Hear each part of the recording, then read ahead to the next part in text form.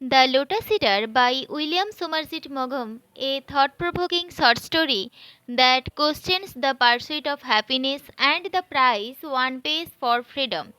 Set in the picturesque island of Capri, the story unravels the life of Thomas Wilson, a man who dares to defy societal conventions to live a life of ease and leisure. But at what cost? Join me as we explore the intriguing themes, rich symbolism, and timeless moral dilemmas of this literary masterpiece. Whether you are a student, a literature enthusiast, or just curious about the complexities of human desires, this session will give you fresh perspective on Magham's brilliance. Let's start short story The Lotus Eater by William Somerset Maugham. Most people, the vast majority in fact, lead the lives that circumstances have thrust upon them, and though some repine, looking upon themselves as round pegs in square holes, and think that if things had been different, they might have made a much better showing, the greater part accept their lot, if not with serenity, at all events with resignation. They are like tramcars traveling forever on the self-same rails. They go backwards and forwards inevitably, till they can go no longer and then are sold as scrap iron. It is not often that you find a man who has boldly taken the course of his life into his own hands. When you do, it is worthwhile having a good look at him. That was why I was curious to meet Thomas Wilson. It was an interesting and a bold thing he had done. Of course, the end was not yet, and until the experiment was concluded, it was impossible to call it successful. But from what I had heard, it seemed he must be an odd sort of fellow, and I thought I should like to know him.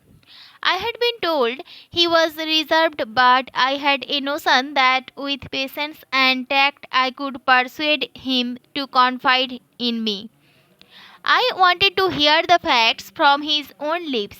People exaggerate, they love to romanticize, and I was quite prepared to discover that his story was not nearly so singular as I had been led to believe. And this impression was confirmed when at last I made his acquaintance. It was on the piazza in Capri, where I was spending the month of August at a friend's villa, and a little before sunset, when most of the inhabitants, native and foreign, gathered together to chat with their friends in the cool of the evening.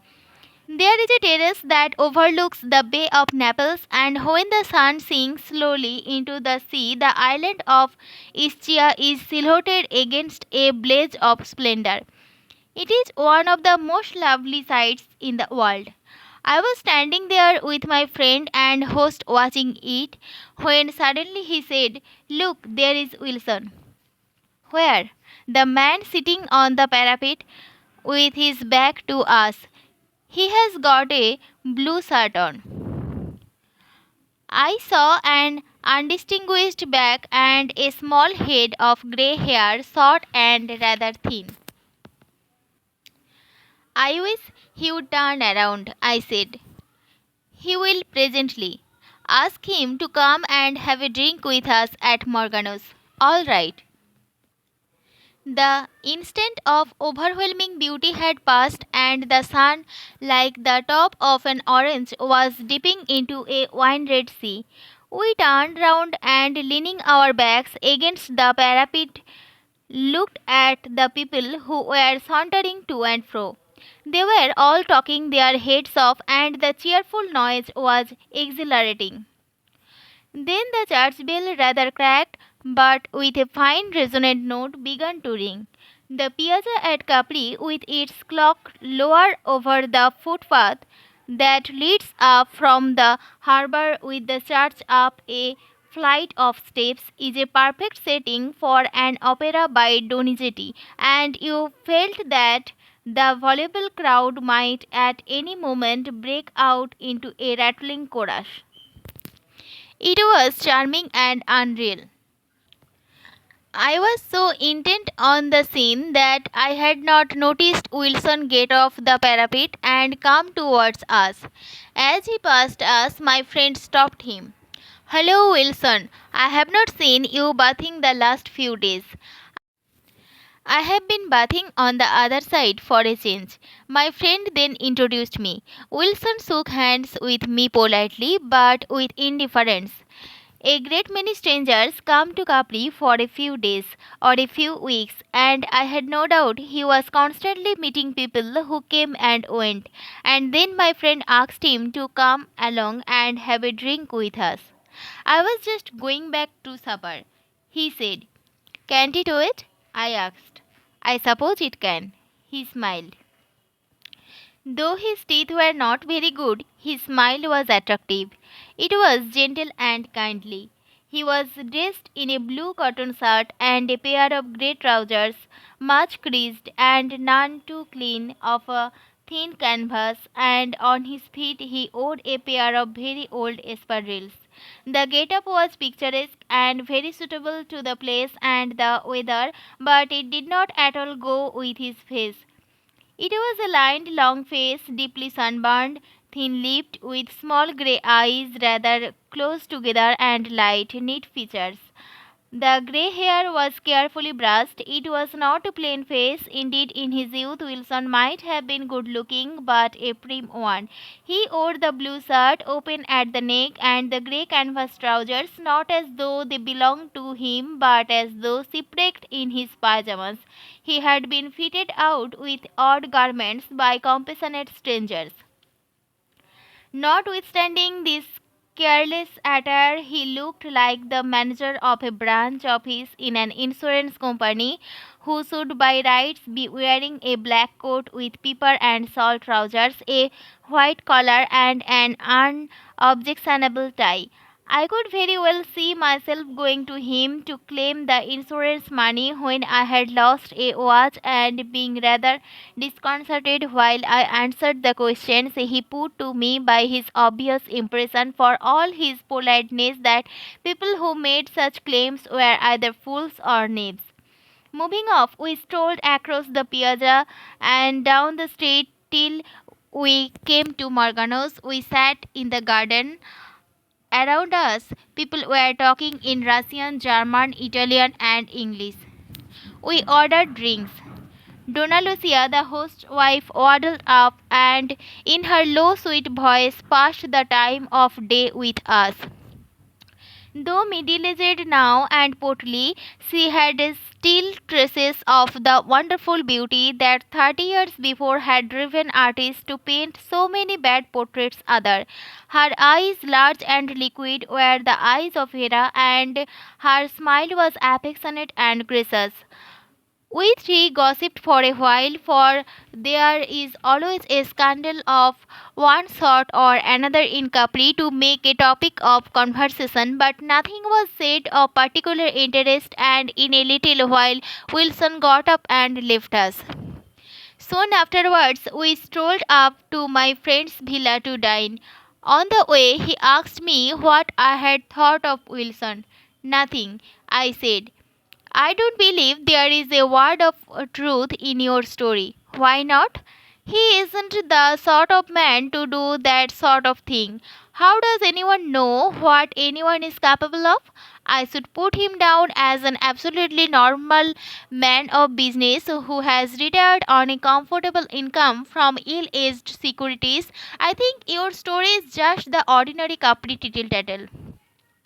"Have it your own way," said my friend. We were in the habit of bathing at the beach called the Baths of Tiberias.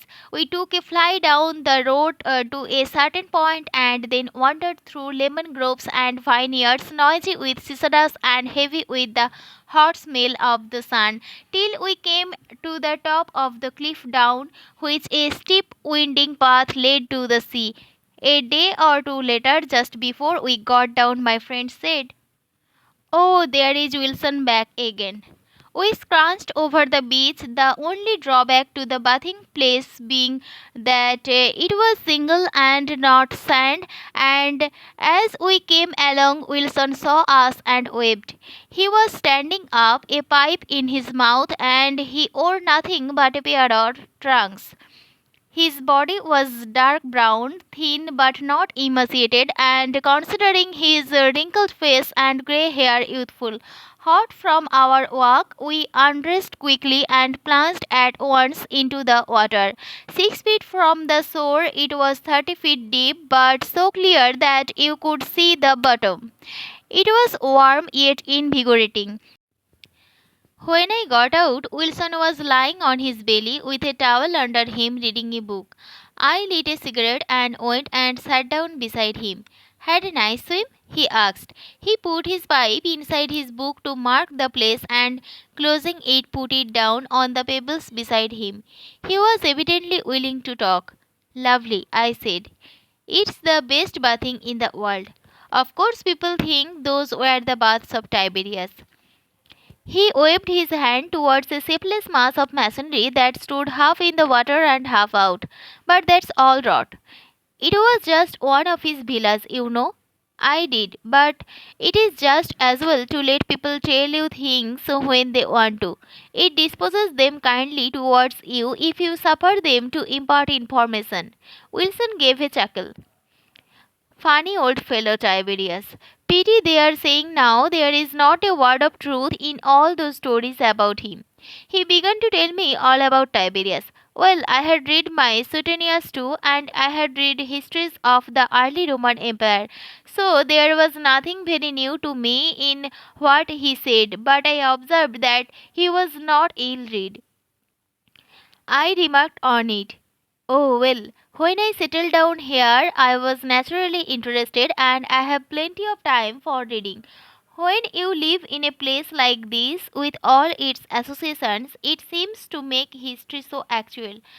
You might almost be living in historical times yourself. I should remark here that this was in 1913. The world was an easy, comfortable place, and no one could have imagined that anything might happen seriously to disturb the serenity of existence. How long have you been here? I asked. 15 years.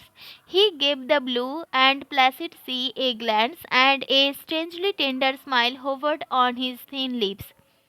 I fell in love with the place at first sight. You have heard, I dare say, of the mythical German who came here on the Naples boat just for lunch and a look at the Blue Grotto and stayed 40 years. Well, I can't say I exactly did that. But it's come to the same thing in the end. Only it won't be 40 years in my case. 25. Still, that's better than a poke in the eye with a sharp stick.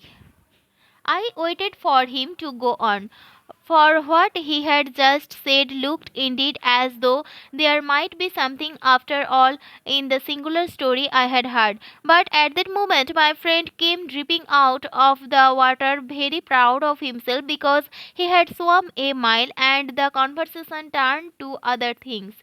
After that, I met Wilson several times, either in the piazza or on the beach. He was amiable and polite. He was always pleased to have a talk, and I found out that he not only knew very inch of the island but also the adjacent mainland. He had read a great deal on all sorts of subjects, but his specialty was the history of Rome, and on this he was very well informed. He seemed to have little imagination and to be of no more than average intelligence. He laughed a good deal, but with restraint, and his sense of humor was tickled by simple jokes. A commonplace man.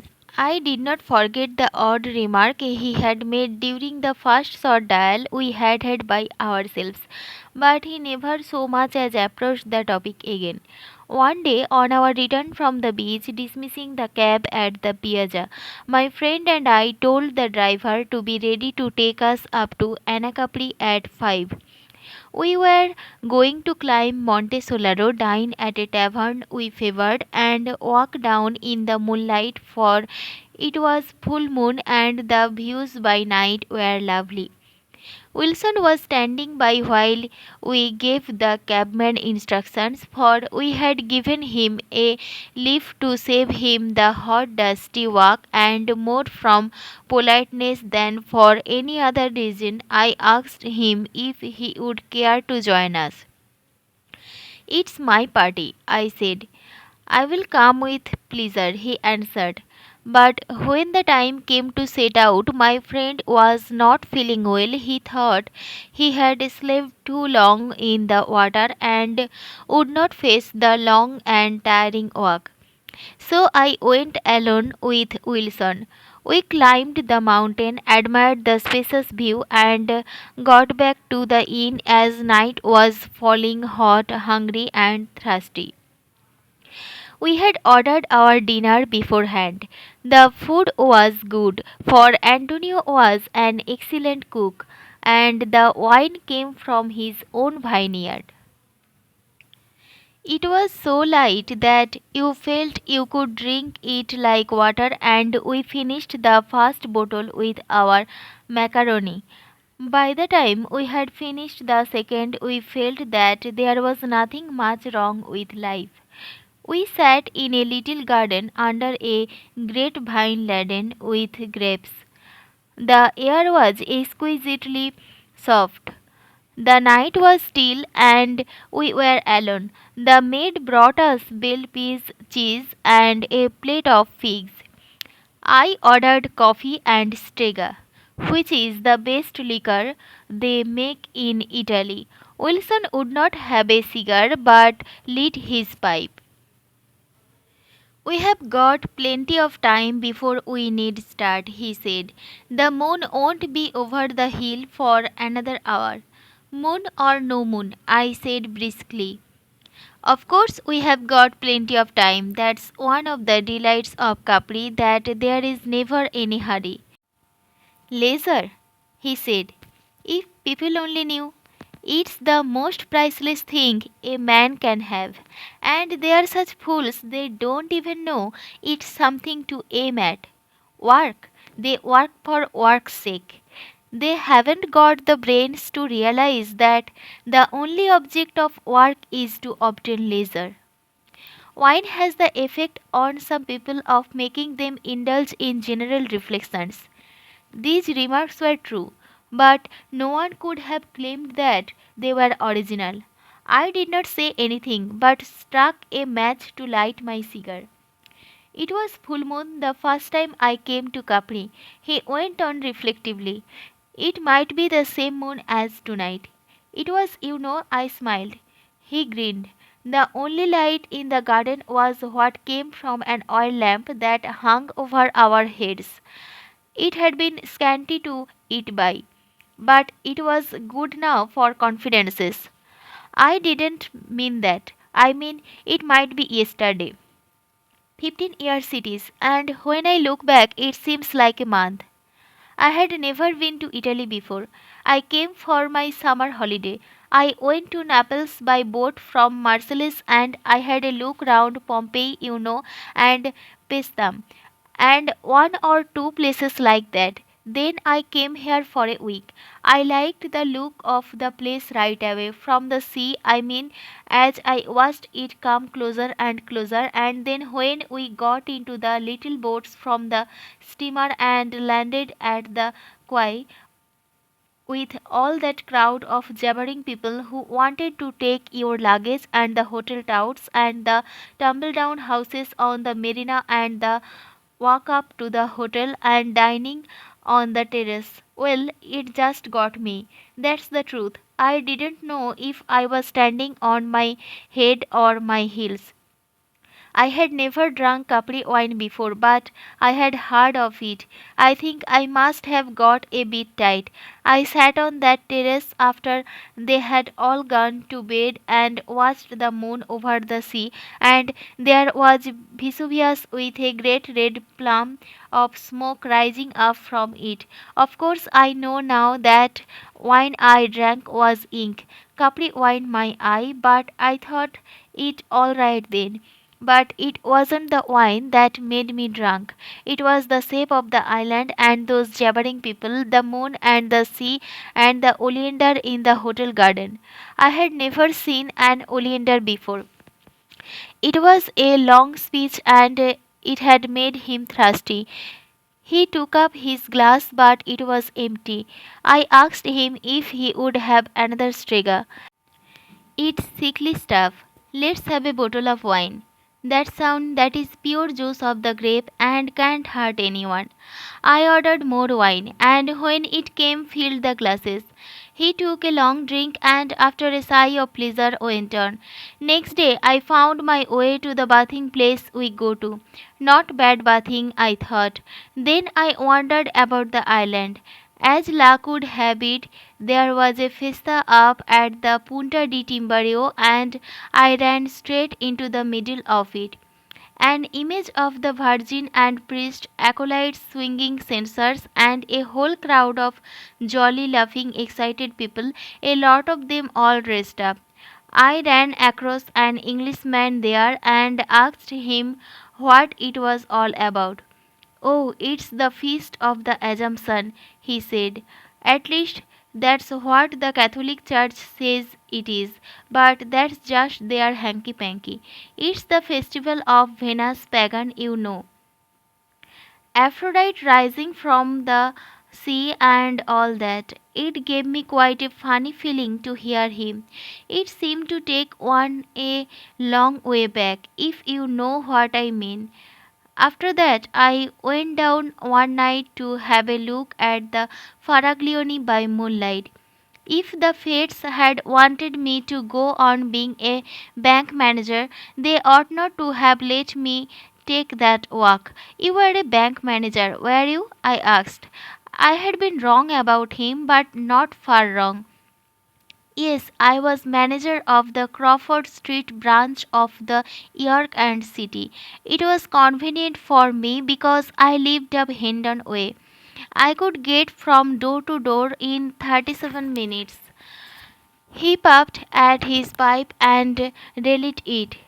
"That was my last night. That was I had got to be back at the bank on Monday morning. When I looked at those two great rocks sticking out of the water with the moon above them, and all the little lights of the fishermen in their boats catching cuttlefish, all so peaceful and beautiful, I said to myself, well, after all, why should I go back? It wasn't as if I had anyone depend on me. My wife had died of bronchial pneumonia 4 years before, and the kid went to live with her grandmother, my wife's mother. She was an old fool. She didn't look after the kid properly and she got blood poisoning. They amputated her leg, but they couldn't save her and she died. Poor little thing. How terrible, I said. Yes, I was caught up at the time, though of course not so much as if the kid had been living with me, but I dare say it was a mercy. Not much chance for a girl with only one leg. I was sorry about my wife too. We got on very well together, though I don't know if it would have continued. She was the sort of woman who was always bothering about what other people had think. She didn't like traveling. Eastbourne was her idea of a holiday. Do you know, I had never crossed the channel till after her death. But I suppose you have got other relations, haven't you? None. I was an only child. My father had a brother, but he went to Australia before I was born. I don't think anyone could easily be more alone in the world than I am. There wasn't any reason I could see why I shouldn't do exactly what I wanted. I was 34 at that time. He had told me he had been on the island for 15 years. That would make him 49, just about the age I should have given him. I had been working since I was 17. All I had to look forward to was doing the same old thing day after day till I retired on my pension. I said to myself, is it worth it? What's wrong with chucking it all up and spending the rest of my life down here? It was the most beautiful place I had ever seen, but I had had a business training. I was cautious by nature. No, I said, I won't be carried away like this. I will go tomorrow, like I said I would, and think it over. Perhaps when I get back to London, I will think quite differently. Damned fool, wasn't I? I lost a whole year that way. You didn't change your mind then? You bet I didn't.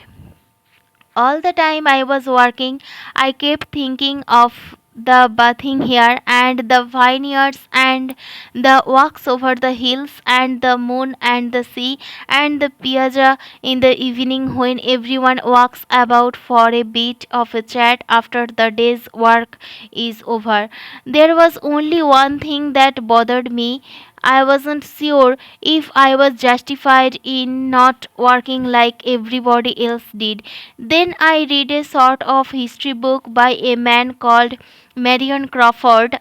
It was, and there was a story about Sybaris and Crotona.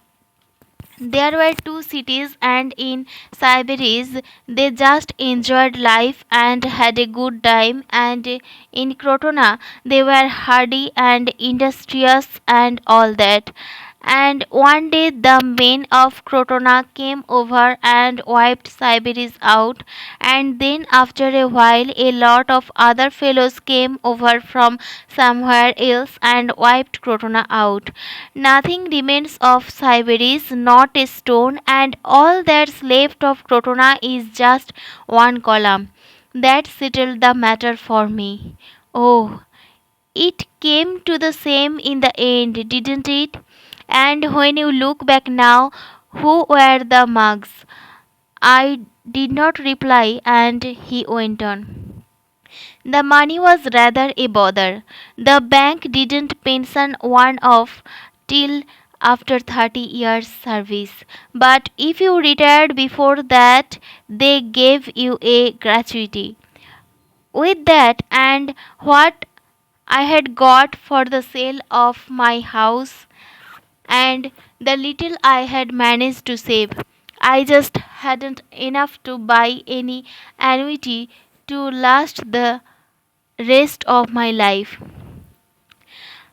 It would have been silly to sacrifice everything so as to lead a pleasant life and not have a sufficient income to make it pleasant. I wanted to have a little place of my own, a servant to look after me, enough to buy tobacco, decent food, books now and then, and something over for emergencies. I knew pretty well how much I needed.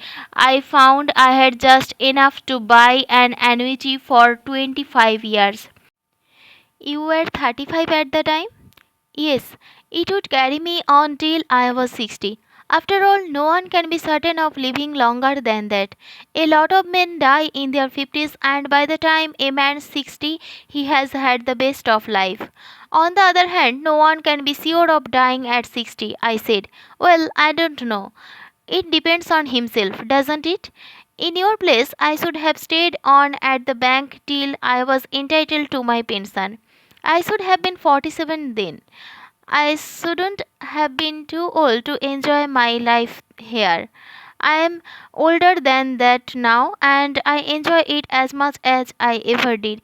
But I should have been too old to experience the particular pleasure of a young man. You know, you can have just as good a time at 50 as you can at 30, but it's not the same sort of good time. I wanted to live the perfect life while I still had the energy and the spirit to make the most of it. 25 years seemed a long time to me, and 25 years of happiness seemed worth paying something pretty substantial for. I had made up my mind to wait a year, and I waited a year. Then I sent in my resignation, and as soon as they paid me my gratuity, I bought the annuity and came on here. An annuity for 25 years? That's right. Have you never regretted? Never. I have had my money's worth already, and I have got 10 years more. Don't you think after 25 years of perfect happiness one ought to be satisfied to call it a day? Perhaps. He didn't say in so many words what he would do then, but his intention was clear. It was pretty much the story my friend had told me, but it sounded different when I heard it from his own lips. I stole a glance at him. There was nothing about him that was not ordinary. No one looking at that neat, prim face could have thought him capable of an unconventional action. I did not blame him. It was his own life that he had arranged in this strange manner, and I did not see why she should not do what he liked with it. Still, I could not prevent the little shiver that ran down my spine. Getting chilly? He smiled. We might as well start walking down. The moon will be up by now. Before we parted, Wilson asked me if I would like to go and see his house one day, and 2 or 3 days later, finding out where he lived, I strolled up to see him. It was a peasant's cottage, well away from the town, in a vineyard with a view of the sea. By the side of the door grew a great oleander in full flower. There were only two small rooms, a tiny kitchen, and a lean-to in which firewood could be kept. The bedroom was furnished like a monk's cell, but the sitting room, smelling agreeably of tobacco, was comfortable enough, with two large armchairs that he had brought from England, a large roll-top desk, a collage piano, and crowded bookshelves. On the walls were framed engravings of pictures by G. F. Watts and Lord Leighton. Wilson told me that the house belonged to the owner of the vineyard, who lived in another cottage higher up the hill, and his wife came in every day to do the rooms and the cooking. He had found the place on his first visit to Capri, and taking it on his return for good had been there ever since. Seeing the piano and music open on it, I asked him if he would play. I am no good, but I have always been fond of music, and I get a lot of fun out of strumming. He sat down at the piano and played one of the movements from a Beethoven sonata. He did not play very well. I looked at his music: Schumann and Schubert, Beethoven, Bach, and Chopin. On the table on which he had his meals was a greasy pack of cards. I asked him if he played patience. A lot. From what I saw of him then, and from what I heard from other people, I made for myself what I think must have been a fairly accurate picture of the life he had led for the last 15 years. It was certainly a very harmless one. He bathed, he walked a great deal, and he seemed never to lose his patience. He read. When he was asked to a party, he went, and though a trifle dull, was agreeable. He was not affronted if he was neglected. He liked people, but with an aloofness that prevented intimacy. He lived thriftily, but with sufficient comfort. He never owed a penny.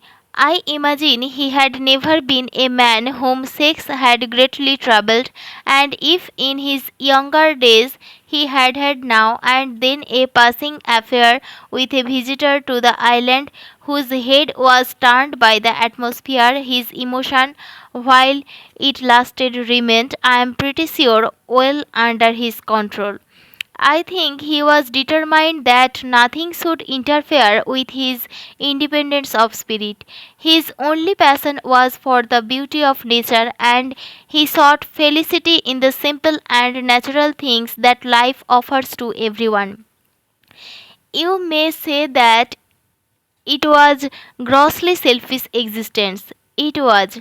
He was of no use to anybody, but on the other hand, he did nobody any harm. His only object was his own happiness, and it looked as though he had attained it.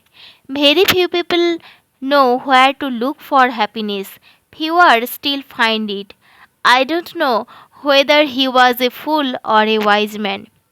He was certainly a man who knew his own mind.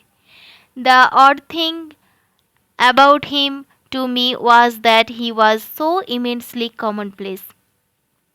I should never have given him a second thought but for what I knew that on a certain day, 10 years from then, unless a chance illness cut the thread before, he must deliberately take leave of the world he loved so well.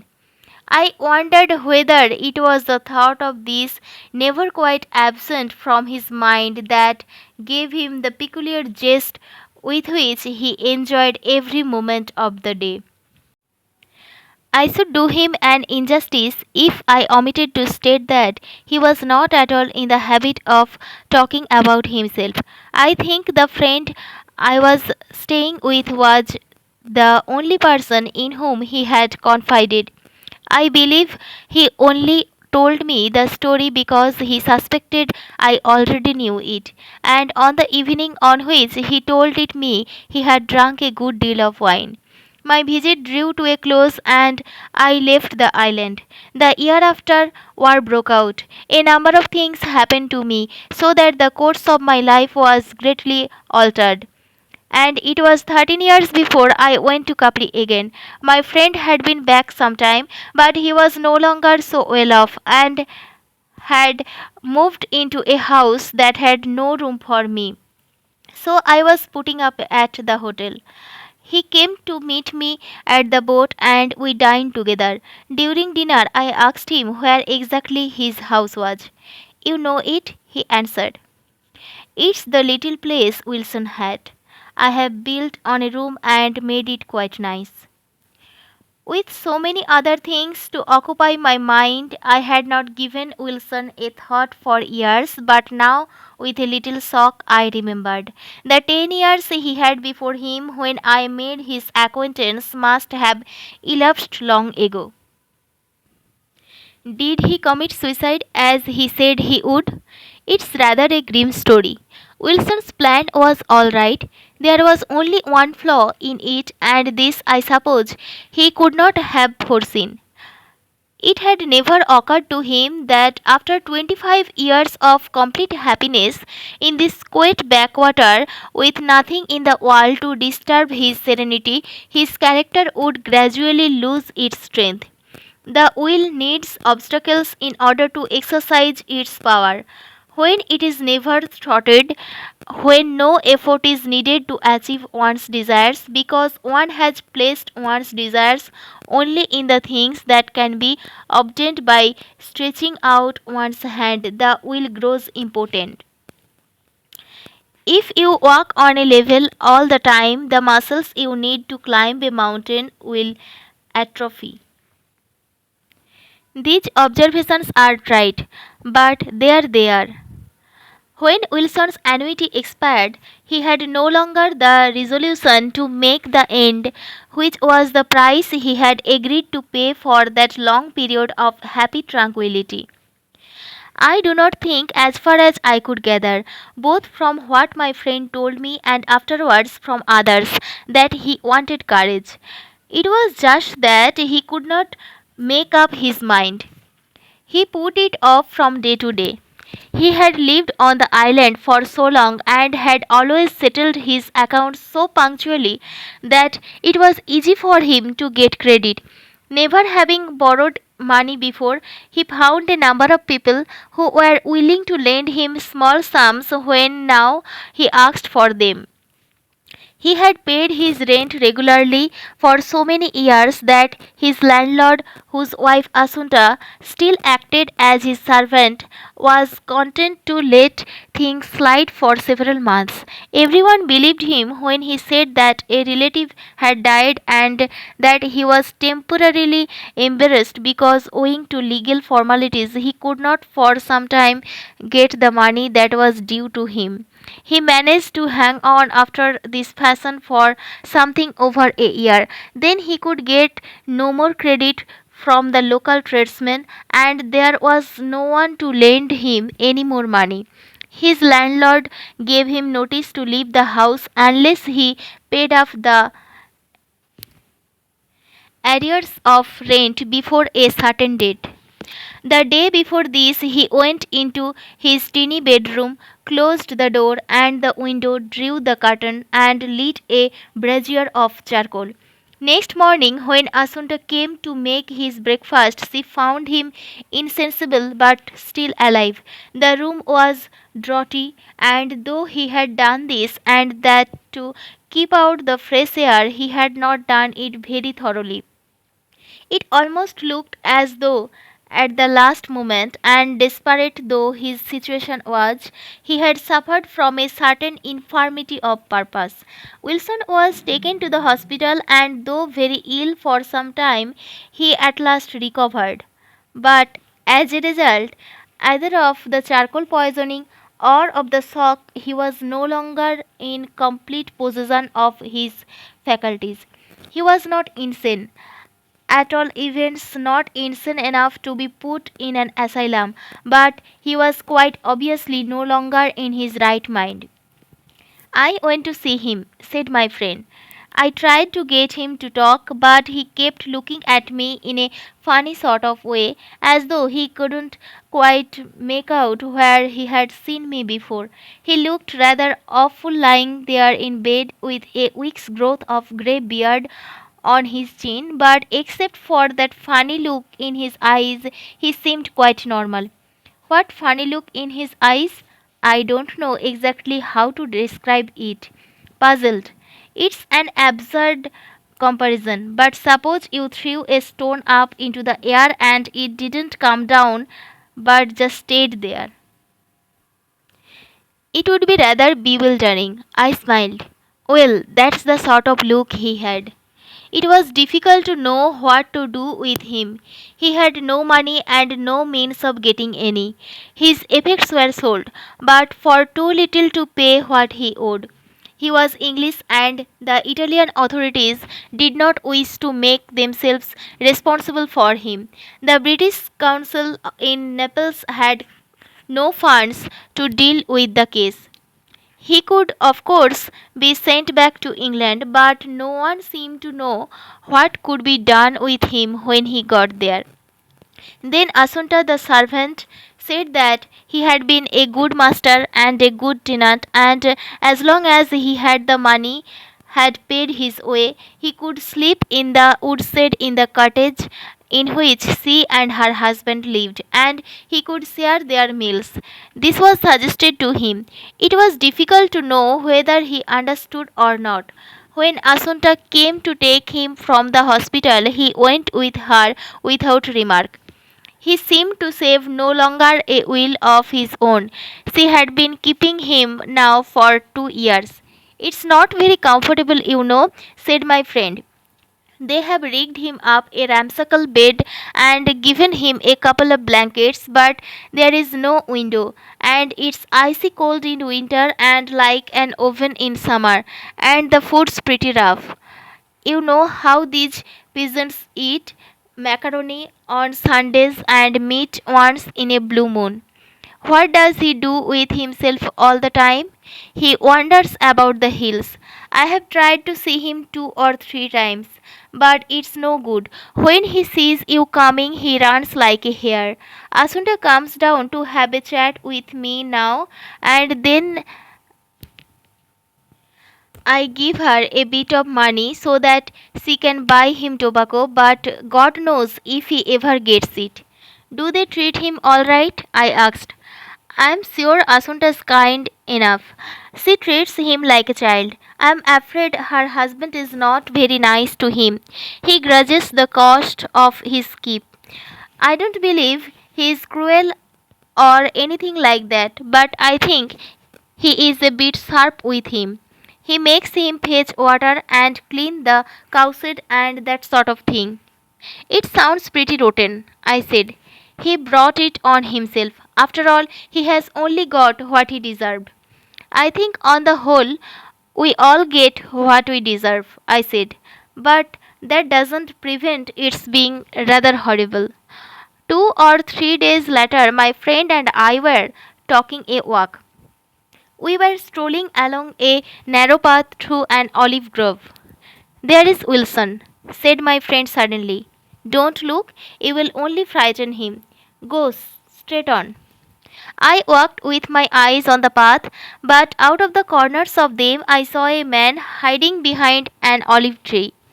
He did not move as we approached, but I felt that he was watching us. As soon as we had passed, I heard a scamper. Wilson, like a hunted animal, had made for safety. That was the last I ever saw of him. He died last year. He had endured that life for 60 years. He was found one morning on the mountainside lying quite peacefully as though he had died in his sleep. From where he lay, he had been able to see those 2 great rocks called the Faraglioni, which stand out of the sea. It was full moon, and he must have gone to see them by moonlight. Perhaps he died of the beauty of that sight.